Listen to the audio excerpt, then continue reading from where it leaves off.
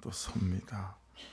우리 각자를 잘 아시기에 동일한 말씀임에도 서로가 깨닫고 들리고 느끼는 바는 또한 다르게 역사해 주셔서 각자에게 주시는 부담대로 주의 음성을 잘 듣고 또 삶으로 가져가 적용해내는 우리가 되게 하여 주셔서 이 하루도 하나님이 하셨습니다 라고 고백하며 하나님이 이루시는 일들을 경험하는 은혜가 있게 하옵소서.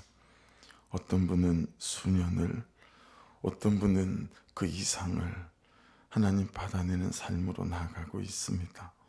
이 하루도 받아내의 기적이 우리 가운데 하나님 있게 하여 주셔서 예수 그리스도 안에서 성령의 충만함으로 아버지 잘 감당해내게 도와주심으로 또 변화되어 온 기적들을 경험하는 은혜가 있게 하옵소서. 온 교회 위에 성령의 기름 부으심과 충만하심으로 함께 하실 예수 그리스도 이름으로 기도드렸습니다. 아멘. 레위기 4장입니다. 1절로 21절까지 오늘은 속죄제에 대한 말씀입니다.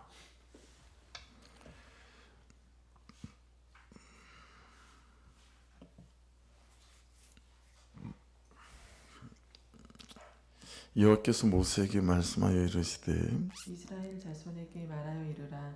누구든지 여호와의 계명 중 하나라도 그를 범하였든 만일 기름 부음을 받은 제사장이 범죄하여 백성의 허물이 되었으면 그가 범한 죄로 말미암아 흠없는 수송아지로 속죄제물을 삼아 여호와께 드릴지니 그 수송아지를 회막문 여호와 앞으로 끌어다가 그 수송아지에 수하고 그것을 여호와 앞에서 잡을 것이요 기름 부음을 받은 제사장은 그 수송아지의 피를 가지고 회막에 들어가서 그 제사장이 손가락에 그 피를 찍어 여호와 앞 곧 성소의 휘장 앞에 7번 뿌릴 것이며 제사장은 또 그 피를 여호와 앞 곧 회막 안 향단 뿔들에 바르고 그 송아지 피 전부를 회막문 앞 번제단 밑에 쏟을 것이며 또 그 속죄 제물이 된 수송아지의 모든 기름을 떼어낼지니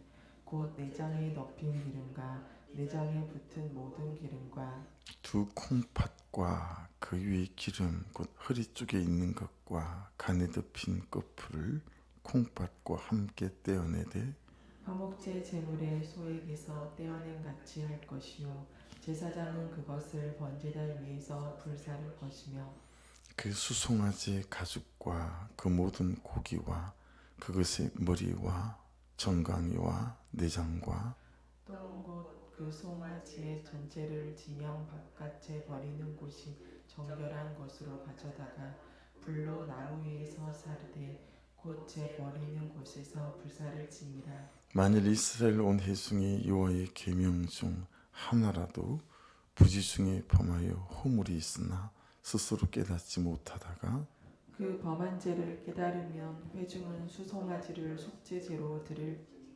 그것을 회막 앞으로 끌어다가 회중의 장로들이 여호와 앞에서 그 수송아지 머리에 안수하고 그것을 여호와 앞에서 잡을 것이요 기름 부음을 받은 제사장은 그 수송아지의 피를 가지고 회막에 들어가서 그 제사장이 손가락으로 그 피를 찍어 여호와 앞 휘장 앞에 7번 뿌릴 것이며 또 그 피를 손아간 여호와 앞에 있는 제단 뿔들에 바르고 피 전부는 회막문 번제단 밑에 쏟을 것이며 그것의 기름은 다 떼어 제단 위에서 불사르되 그 송아지를 속죄제의 수송아지에게 한 것 같이 할지며 제사장이 그것으로 회중을 위하여 속죄한즉 그들이 사함을 받으리라. 그는 그 수송아지를 진영 밖으로 가져다가 첫번 수송아지를 사람같이 불사를지니 이는 회중의 속죄제니라. 아멘.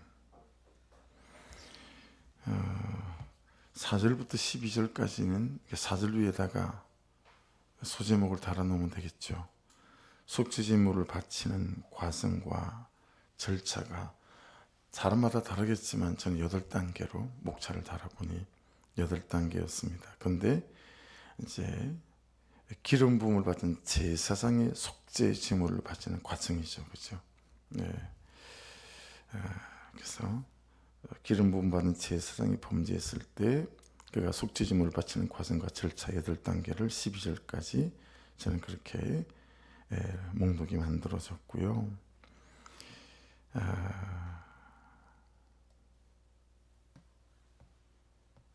13절부터 보시면 백성의 속죄죄로 그렇게 저는 또 정리가 됐어요. 백성의 속죄죄에 대해서 21절까지 그렇게 또 말씀이 정리되어 있다라는 것을 알 수 있습니다. 제일 먼저 번제가 나왔죠. 번제는 하나님과 사람 사이에, 그렇죠? 그런 관계에 있어서 제일 중요한 거기 때문에 번제가 먼저 나왔죠. 번제 소제는 의무제였다고. 근데 어제 우리가 말씀 나눈 화목제는 선택을 해서 드리는 거였잖아요. 이 속죄제 같은 경우에도 의무적인 제사였었습니다. 의무적인 제사였고요. 4절 말씀을 한번 보십시다. 거기 보시면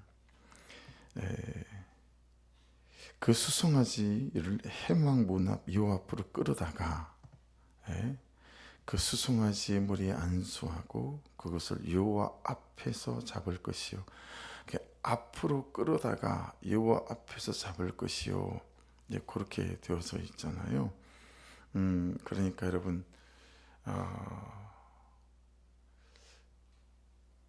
거기에 하나님이 눈에 보이는 살아계신 하나님으로 계신 건 아니잖아요. 그렇죠? 근데 그 의미를 뭐라고 말씀하냐면 해막 못 여호와 앞으로 끌어다가 그렇게 말씀하고 있고 또 그것을 여호와 앞에 잡을 것이요 그렇게 말씀하고 있다라고 하는 거죠. 그러니까 죄의 기준도 하나님 보시기에 이고 용서의 시작도 하나님으로부터이다라는 것을 깨달을 수 있습니다. 잘 생각해 보십시오. 죄의 기준을 자신이 보기에로 하는 사람이 많아요. 그래서 자신이 보기에 이건 죄 아니에요. 말씀이 뭐라고 말씀하든지 아무 관계 없어요. 자신이 보기에 이건 괜찮은 거예요. 그런 죄의 기준을 갖고 있는 사람이 부지기수지요. 12절에 보시면 그 송아지의 전체를 이란 말씀이 나오죠. 12절에 그 송아지의 전체를 드려야 돼. 그러니까 이것쯤은 괜찮아. 나의 기준인 거죠. 그러나 말씀의 기준은 전체를 다 태우라 라고 말씀하는 겁니다. 그래서 여러분 속죄제에서는 사소하게 생각하는 나의 습관, 나의 태도가 굉장히 중요합니다. 속죄제에서는 이걸 굉장히 잘 유념해야 합니다. 제일 마지막에 다시 한번 정리를 하겠지만 그냥 사소하게 생각하는 이것 정도는 괜찮아. 우리 하나님 은혜로운 하나님이시고 품이 넓은 하나님이시고 그렇기 때문에 이것 정도는 괜찮아 라고 말하는 죄에 대한 나의 기준, 사소하게 생각하는 나의 기준, 이런 것들이 속죄제에서는 굉장히 중요해요. 왜냐하면 그 사소하게 생각하는 나의 기준이나 태도, 습관이 결국 나를 어느 지경에까지 이르게 만드는가 라고 하는 것이기 때문에요. 속죄제에서는 이것들이 굉장히 중요합니다. 죄를 그렇게 나의 기준으로 생각하는 것과 더불어서 용서와 용납의 시작도 아무리 말씀이 말씀해도 성령님이 감동을 주셔도 자신이 아니면 끝까지 아닌 사람이 많다라는 거예요. 그러니까 여러분 생각해 보세요. 이렇게 정리를 해서 보면 우리는 말씀을 기다리는 사람이 아니에요. 성령의 감동을 기다리는 사람도 아니에요. 우리는 자신의 감정을 기다리는 사람입니다. 이해되시죠? 일평생 자신의 감정을 기다리는 사람이에요. 이를테면 이것은 하나님을 믿는 사람이 아니다, 말씀을 믿는 사람이 아니다라는 거죠. 자신의 감정을 믿는 사람이에요. 그러니까 아무리 말씀하셔도 자기 감정이 따라주지 않으면 용서하지 않아요. 자기 감정이 따라주지 않으면 절대 용납해 주지도 않아요. 그러니까 말씀을 기다리는 사람이나 말씀을 믿는 사람이거나 성령님을 기다리는 사람이거나 이런 거 아니라는 거예요. 우리는 그냥 내 감정을 기다리고 내 감정을 믿는 거예요. 그래서 내 감정이 풀어질 때까지 아무리 말씀이 말씀하셔도 요지부동이에요. 절대로 용납하거나 용서하거나 그러지 않아요. 왜요? 말씀이 말씀하는 것과 아무 관계없이 내 감정이 용서가 안 된다 이거예요. 참 여러분 이게 사실 저의 모습이고 여러분의 모습일 수 있잖아요. 여러분 잘 적용해 보십시오. 지금 나는 나의 감정을 기다리는 사람인가? 말씀을 기다리고 말씀을 말씀하시면 그대로 따라가려고 하는 사람인가? 그래서 이 지점에서 뭐가 중요한 거예요? 오늘 말씀하시는 이 말씀이 지금 오늘을 살아내라고 내게 주시는 말씀이다 라고 믿는 사람이 있는 반면에 그렇게 생각하지 않는다는 거예요. 오늘 이 말씀이 오늘 이 하루를 살아내는 나에게 주시는 하나님의 음성이라고 생각하지 않는다는 거죠. 그러니 사실은 이게 대단히 심각한 거예요. 정말 그런 분들이 있다면 이 부분을 위해서 정말 기도해야 된다라는 것을 깨달을 수 있습니다. 감정 말고 말씀이 말씀하시는 대로 용서하고 용납해야 될 사람, 오늘 지금 나에게는 누구인가? 내 옳고 그름에 잣대 내가 보기에 말고 하나님 보시기에 지금 붙잡고 있는 그것, 하고 있는 그것, 하려고 하는 그것 혹시 죄가 아닌가? 내가 하려고 하는 것이 아닌가? 기준이 나에게 있지 않은가? 이것도 말씀 안에서 우리가 한번 적용해 봐야 되겠다라고 하는 것입니다. 제가 나눈 8단계 가서 목차를 달아보시면 여러분 9개도 될 수 있겠죠. 근데 저는 제가 달아보니 12절까지 8단계인데요. 6절 보십시오. 손가락에 그 피를 찍어 여호와 앞과 성수의 휘장 앞에 7번 뿌리는 사람도 누구예요? 3절에 죄를 지은 그 제사장 자신이고 7절에 또 그 피를 여호와 앞 해막 향단 뿔들에 바르는 사람도 그 제사장 자신이고 7절 그 송아지의 피 전부를 해막 문 앞 번제단 밑에 쏟는 사람도 그 제사장 자신이고 8절 또 그 속죄제물이 된 수송아지의 모든 기름을 떼어내는 사람도 그 제사장 자신이고 8절 9절 내장에 덮인 기름과 내장에 붙은 모든 기름과 두 콩팥과 그 위에 기름 곧 허리 쪽에 있는 것과 간에 덮인 끝풀을 콩팥과 함께 떼어내는 사람도 그 제사장 자신이고 10절 그것을 번제단 위에서 불사르는 사람도 제사장 그 자신이고 11절 그 수송아지의 가죽과 그 모든 고기와 그것의 머리와 정강이와 내장과 12절 똥 곧 그 송아지 전체를 진영 바깥에 버리는 곳인 정결한 곳으로 가져다가 불로 나무 위에서 사르되 곧 재버리는 곳에서 불사르는 사람도 제사장 그 자신이고 그러니까 여러분 뭘 말씀을 드리는 거냐면 죄도 다루어져야 합니다. 또 죄도 드려야 합니다. 십자가 앞에. 근데 더 중요한 건 뭐냐면 죄 지은 내가 하나님 앞에 드려져야 하고 하나님 앞에서 다루어져야 한다라는 것입니다. 한번 잘 생각해 보십시오. 우리는 주일마다 새벽마다 특히 주일날 십자가 앞이 무슨 죄를 던져놓고 가는 죄 쓰레기 하치장처럼 우리가 그러진 않지만 누가 그렇게 생각하겠어요? 근데 하는 우리의 행태를 보면 그렇게 여겨질만 하다라는 거예요. 하는 것을 보면 마치 여러 날이 지나서 냄새나는 음식 쓰레기 있잖아요. 그거 손으로 제대로 붙잡지도 못하고 혹시 여러분 비닐장갑 끼지 않으면 이렇게 붙잡고 오지 않습니까? 그죠?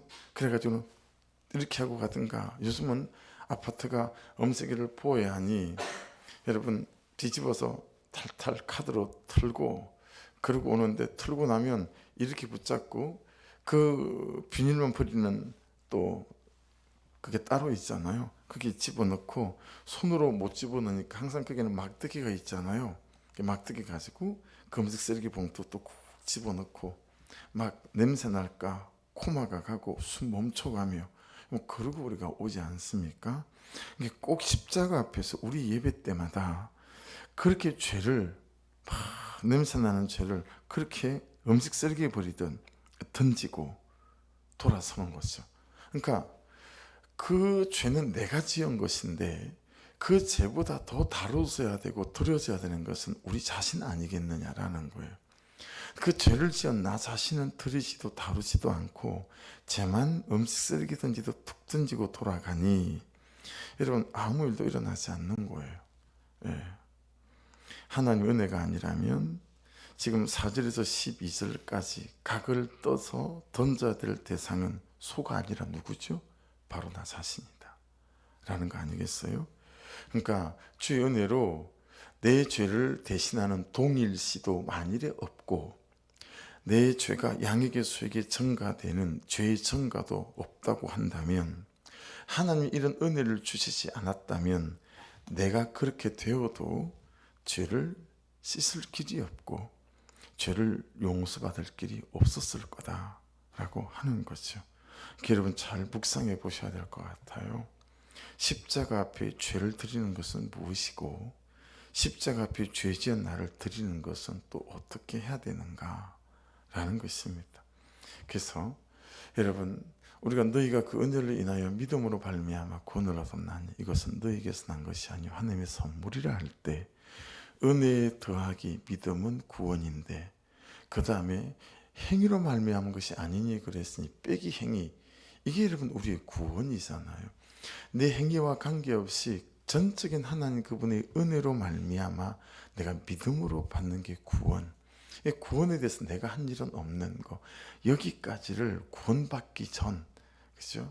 구원받기 전에 근데 여러분 구원을 받고 난 뒤는 어때요? 그래서 구원은 하면 구원이 앞으로 오면 은혜 더하기 믿음 더하기 우리의 산 이게 구원받고 난 다음에는 그렇게 은혜 아래서 따라가야 하는 것처럼 또 같은 이치가 여기에도 있는 것 같아요. 그래서 여러분 참 죄의 동일시 죄의 전가를 통해서 양을 바치고 소를 바치는데 하나님은 은혜로 말미암아 그 양이 죽을 때 내가 죽는 것으로 간주해 주셔서 그죠? 나의 죄도 정결케 하시고 죄 지은 나도 깨끗게 해주시는 그 은혜를 우리가 이제는 예수 그리스도의 보혈로 말미암아 과거와 현재 미래 죄가 용서받는 이 대속의 은총을 우리가 누리고 살아가는 것 아니겠어요? 그런데 그렇게 대속의 은혜를 받은 나의 삶은 참 어떠해야 되겠는가 라고 우리가 생각해 보면 여러분 죄 지은 나를 십자가 앞에 다룰 때마다 이 십자가 앞에 주여 저의 죄를 드립니다라는 게 정말 간단치 않은 것이고 왜냐하면 그 예수 그리스도가 내 대신 죽은 거잖아요. 그렇죠? 예. 그래서 예수의 죽음을 통해서 내 죽음으로 동일시해 주신 것이고 예수 그리스도의 죽음을 통해서 내 죄가 예수께로 전가됐다라는 걸 하나님 그분께서 은혜로 받아주신 것일 뿐이지 않습니까? 그러니 정말 그것을 안다면 내가 좀 더 이 죄에 대하여 정말 다른 마음이고 죄 지은 나를 깊이 다루어야 하는데 우리는 이게 너무 쉽고 너무 가벼워. 그렇죠? 그러니까 여러분 구약 때처럼 그런 마음이 들지 않을 거예요. 오늘 보십시오. 보시면 다 내가 해야 되잖아요. 여러분 그 뼈와 살을 분리할 때 거기에서 막 내장을 떼어낼 때 제가 이런 것이구나. 누군가는 죽어야 되는 것이고 피를 흘려야 되는 것이구나. 구약처럼 이런 것도 일어나지 않잖아요. 그냥 주여 저희 죄를 용서해 주십시오. 그리고 그냥 죄를 툭 던지면 끝이니까 우리가 예수의 죽음과 예수의 부활을 너무 쉽고 너무 가볍게 생각하지 하고 살아가지 않는가. 이에 대한 자각이 다시 일어나는 말씀이다 라고 깨달았습니다. 그래서 여러분 13절과 14절 연결이 되는데요. 13절의 밑줄 한번 그어보십시오. 마지막 하반절에 스스로 깨닫지 못하다가 밑줄 그 보시고 14절에 처음 그 범한 죄를 깨달으면 거기 밑줄을 그어 보시면 그렇죠. 못 깨달으면 아무것도 못해요. 그렇죠. 제가 죄인 줄도 모르고 죄인이 죄인인 줄도 몰라요. 그렇지 않습니까? 그러니 여러분 정말 저와 여러분이 구해야 될 은혜 중에 은혜는 뭐냐면 말씀이 들리는 것입니다. 말씀이 들린다는 말은 무슨 뜻이죠? 말씀이 믿어진다는 것이고요. 말씀 속에서 말씀하시는 그 죄가 내 죄로 인정이 된다는 거예요. 말씀이 들린다는 건 말씀이 믿어지고 내 죄가 보인다는 것이고 내 죄가 인정이 된다는 거예요. 그러니 여러분 말씀이 깨닫는 것 이게 얼마나 중요합니까? 그런데 이것이 여러분 또 무릎을 꿇는 거하고는 또 다른 것 같아요. 그러니까 죄를 깨닫는데 깨닫는 것까지는 되는데 인정되어지는 것까지는 되는데 아는 것까지는 되어지는데 무릎 꿇는 것까지는 또 안 되는 분들이 있어요. 그렇지 않아요? 깨달아도 죄가 인정이 돼도요. 사람 앞에 무릎을 꿇고 용서를 구하거나 하나님 앞에 무릎을 꿇고 용서를 구하는 것은 다른 차원의 이야기라는 거예요. 깨닫는데 하나님 앞에서 그 죄를 깨닫는 것 때문에 속죄 제물을 드려보거나, 그렇죠? 회개 예물을 드려보거나, 뭐 그래본 적이 없는 거죠. 항상 말 한마디로 때우는 거죠. 예. 그 사람 앞에 무릎을 꿇고 용서를 구하는 것도 하지 않는 거죠. 예. 하나님 앞에 무릎 꿇는 것은 해도 끝까지 사람 앞에 무릎 꿇는 것은 못하는 사람, 안 하는 사람 많지 않습니까? 여러분은 어떠세요? 최근에 깨달은 어떤 죄가 있는데 하나님 앞에 무릎은 꿇었으나 사람 앞에 무릎을 꿇지 않고 그냥 그러려니 지도 그러는데 뭐 그러면서 지나가고 있는 것은 없는가 라고 하는 거. 그래서 아침에 일어났는데 마음이 굉장히 불쾌했어요. 오늘 새벽에. 왜 그랬냐면 이제 집에를 갔는데 셋 다 들어와 있는데 막내가 안 들어간 거예요. 얘가 늦게 오는 날은 아빠 오늘 12시에 레슨이 끝나요. 꼭 카톡을 보내면 전화를 해서 데리러 오라고 부탁을 하거든요. 근데 저도 오늘 목요일날 양육이니까 여기 막 신경 쓰는 게 많고, 그리고 어제는 또 수예배가 처음으로 이제 전도파를 시작하는 날이라 제가 여러 가지를 좀 생각을 하고 고민을 해야 됐었어요. 딸을 생각을 싹 잊어버린 거예요. 집에 들어갔더니 시간이 뭐 11시 반인가 다 됐는데 딸이 안 들어와 있으니까 초조해지잖아요. 전화도 4-5번이라도 안 받고 학교 선생님한테 전화를 해도 11시에 나갔다고 그러고 연락은 안 되고 내가 전화하고 아내가 전화하고 뭐 선생님들한테 두루 전화하고 난리가 났어요. 그러니 마음이 다급해지는 거예요. 저는 자녀에 대해서 좀 그런 게 있어요. 결국 걔가 이제 전화가 왔어요. 묵음을 해놓고 뭐 친구들하고 학교에서 뭘 했던 모양이에요. 근데 이제 아내가 먼저 아내한테 전화를 했는데 아내가 하는 반응을 보이니까 얘가 아내한테 나쁜 반응을 보인 것처럼 저는 이제 오해를 했어요. 왜 자꾸 전화하고 뭐 그래 이런 식의 반응이 있잖아요. 그렇게 반응을 한 것처럼 아내가 반응을 해서 이 녀석이 하고 이제 제가 오해를 한 게 된 거죠. 아내가 전화하고 있는 걸 제가 가로챘어요. 제가 받아서 막 화를 냈어요. 최근에 그려본 적이 없어요. 여러 몇 달을. 근데 그게 아침에 일어났더니 너무 부끄럽고 책망이 되는 거예요. 그 거실에 큰딸, 둘째 딸, 아들 다 있었는데 오히려 하나님의 영광을 드러낼 만한 참 좋은 때였는데 내가 막 또 다 쏟아낸 거예요. 그래서 아침에 그게 너무 마음이 어려운 거예요. 그게 너무 마음이 어려웠어요. 눈을 뜨자마자. 그래서 어제 그리고 이제 일어나서 제가 말씀을 묵상을 한 거잖아요, 새벽에. 그래서 이 말씀을 보면서 그래 그럴만 했지만 애들도 다 제 편을 들었어요. 언니 오빠들도. 근데 제가 또 깨달아지니 또 이 부분을 용서를 구해야 되겠다. 말로 때우는 거하고 진짜 무릎을 꿇고 또는 무릎을 꿇는 만큼 전심과 진심으로 용서 구하는 것은 참 다르거든요. 그러니까 여러분, 저와 여러분이 깨달아지면 하나님 앞에 용서를 구하는 것도 용서를 구하고 사람 앞에 무릎을 꿇는 것도 우리에게 어려운 일이 되지 않는 참 죄 앞에 겸손해지는 저와 여러분 될 수 있다면 너무 좋을 것 같아요. 그래서 만일에 여러분 이게 왜 중요하냐면 하나님 앞에 무릎을 꿇지만 사람한테 무릎을 꿇지 않잖아요. 그럼 이게 참 반쪽짜리예요. 어떤 의미에서 반쪽짜리냐면 상처가 아물지는 모르나 말로 살짝 떼우면 상처가 아물지는 모르나 상처에서 기억에서 추억이나 아픔에서 자유로워지진 않아요. 네. 그 말은 그런 나의 실수와 죄가 또는 상처가 나도 살리고 그도 살리고 누군가를 살리는 약재로는 안 돼요. 근데 하나님 앞에 무릎을 꿇고 사람 앞에도 무릎을 꿇잖아요. 그럼 이게 약재료가 돼요. 내 죄가 약재료가 돼요.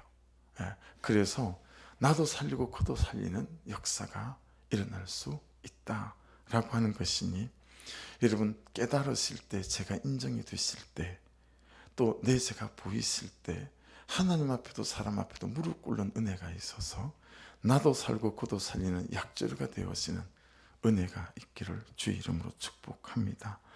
마지막 한 가지만 정리하면 여러분 속죄제에서는 제사를 드리는 자의 지 이게 좀 중요한 역할을 해요. 왜 그럴까요? 그러니까 목사의 죄와 여러분의 죄는 동일하죠.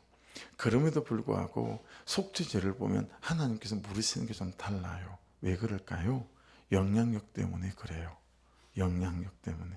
그러니 아버지의 영향력은 가정 안에서 크지요. 그러니까 여러분 유념하셔야 됩니다. 정말 남편을 위해서 울고 금식하고 기도해야 합니다. 왜냐하면 남편의 영향력의 자리가 크기 때문에 그래요. 여러분 남편이 예수의 사람이 제대로 되지 않으면 자녀들의 신앙에도 막대한 지장이 있습니다. 그러니 정말 처절하게 말씀대로 따라 살려고 하는 씨름을 해야 합니다. 대가지불을 해야 되거든요. 왜냐하면 어머니의 영향력 때문에 그렇고 아내의 영향력 때문에 그렇다라고 하는 거, 이거 속죄제에서는 유념해서 챙겨야 될 부분이고요. 죄는 하나님과 사람 사이 또 사람과 사람 사이를 분열시키잖아요. 그렇죠? 그래서 이 창세기 3장에서 아담의 죄는 삼중으로 하나님과 사람, 사람과 사람, 사람과 자연 이것을 전부 다 분열시키는 이제 그런 일들을 가져오게 되지 않습니까? 그래서 죄는 하나님을 진노하게 하는 것뿐만 아니라 본인 자신과 본인의 삶 그리고 본인의 삶의 모든 처소와 주변까지 오염시킨다라는 거예요. 이게 속죄제의 중요한 개념이에요. 그래서 속죄제를 드리는 거거든요. 그래서 여러분 속죄제는 이런 것을 정화시키는 것입니다. 깨끗게 하는 것에 그 이유와 목적이 있고 씻어내는 것에 목적이 있어요. 왜냐하면 하나님은 죄 가운데 임재할 수가 없기 때문에 그렇습니다. 그래서 속죄제는 예배자와 예배 장소를 정결케 함으로 하나님께서 다시 그의 백성들 가운데 임재하시게 만드는데 주의 목적이 있다라고 하는 것입니다. 그래서 속죄제는 제물의 종류가 좀 다양하죠. 소, 염소, 암컷, 수컷, 암, 양컷, 비둘기. 그래서 예배자가 아주 가난하면 가루의 10분의 1 에바도 드릴 수 있을 정도이고요. 그래서 번제에서는 가장 흔하게 사용되는 것이 순양 새끼라면 여러분 속죄제에서는요 순양은 절대 사용하지 않아요. 속죄제에서는 암양만 사용해요. 그래서 또 예수 그리스도의 보혈과도 연결이 되어지고요. 그래서 속죄제에서 가장 중요한 과정은 피를 뿌리는 것입니다. 피를 뿌리는 거. 그래서 여러분 속죄제에는 이 큰 두 가지가 포함이 되는데 태만죄 그리고 부주의로 지은 죄도 포함이 돼요. 참 의외지 않습니까? 부주의로 지은 죄도 속죄제에 포함이 되고요. 태만해서 게을러서 여러분 그 죄도 포함이 된다라는 거예요. 8절 9절을 잘 보시면 여러분 8절 9절에 말씀을 몇 번 읽으면서 보니까 모든 기름을 떼어낼지니 그는 말씀이다. 떼어낼지니가 두 번 반복되어서요. 8절에도 있고 9절에도 있어요. 예, 그러니까 여러분 아무것도 아닌 것처럼 보이지만 그런 태만죄 부주의로 지은 있잖아요. 이거 솎아내는 거예요. 떼어내는 거예요. 왜냐하면 여러분 이는 태만죄나 부주의로 지은 죄의 공통점이 뭐냐면 누군가 그 일을 해야 하는데 내가 그 일을 해야 하는데 잊어버린 거예요. 그래서 그것이 죄로 연결이 되어지는 거예요. 그러니까 여러분 하나의 행동이 또 다른 여파를 가지고 온다라고 보기 때문이에요. 이해되세요? 태만한 그것 자체가 아무것도 아닌 것처럼 보일 수 있으나 게으른 그것이 아무것도 아닌 것처럼 보일 수 있으나 부주의로 지은 것이 아무것도 아닌 걸 수도 있으나 반드시 그것이 어떤 여파를 가지고 와서 영향력을 일으켜서 나중에는 그것이 낳거나 더 큰 죄로 나아가게 만드는 출발점이 된다는 거예요. 그 속죄제를 드릴 때는 그 태만했던 죄, 잊어버렸던 죄들도 하나님께 용서를 구해야 된다라고 하는 것입니다. 그래서 그만치 나의 죄는 나의 삶의 처소들을 오염시키고 땅을 오염시키고요. 결국은 예배 처소 성소를 오염시키고요. 그래서 뭐가 위협받는 것이죠? 하나님의 임재가 위협받는 거예요. 생각해 보세요. 여러분의 생각 속에 하나님의 임재가 일어나지 않는다면, 여러분의 감정 속에 하나님의 임재가 일어나지 않는다면, 나의 언어 사용 속에 하나님의 임재가 일어나지 않는다면, 여러분 우리는 금세 어떤 다른 범죄 가운데 나아가지 않겠어요? 그렇잖아요. 그러니 여러분 나의 언어 사용, 이 사소한 단어 하나, 그렇죠? 내 정서, 여러분 거기 하나님 임재가 일어나야 내가 감정으로 정욕으로 이끌리지 아니하고 거룩함으로 이끌리지 않겠어요? 그러니 여러분 그런 사소한 것들 안에 하나님의 임재를 구하고 찾지 않은 것들에 대한 태만죄와 부주의한 것들도 속죄제에 고백하며 이 어린 양의 죄들로 씻어내는 것이 속죄제이다라는 걸 기억하셔서 사소한 태도와 사소한 어떤 삶이 또 다른 여파를 일으켜서 나를 불신앙의 죄로 끌고 간다라고 하는 곱비. 그래서 오늘 제 큐티 제목은 곱비예요. 곱비. 예, 나를 어디론가 끌고 가는 그 곱비.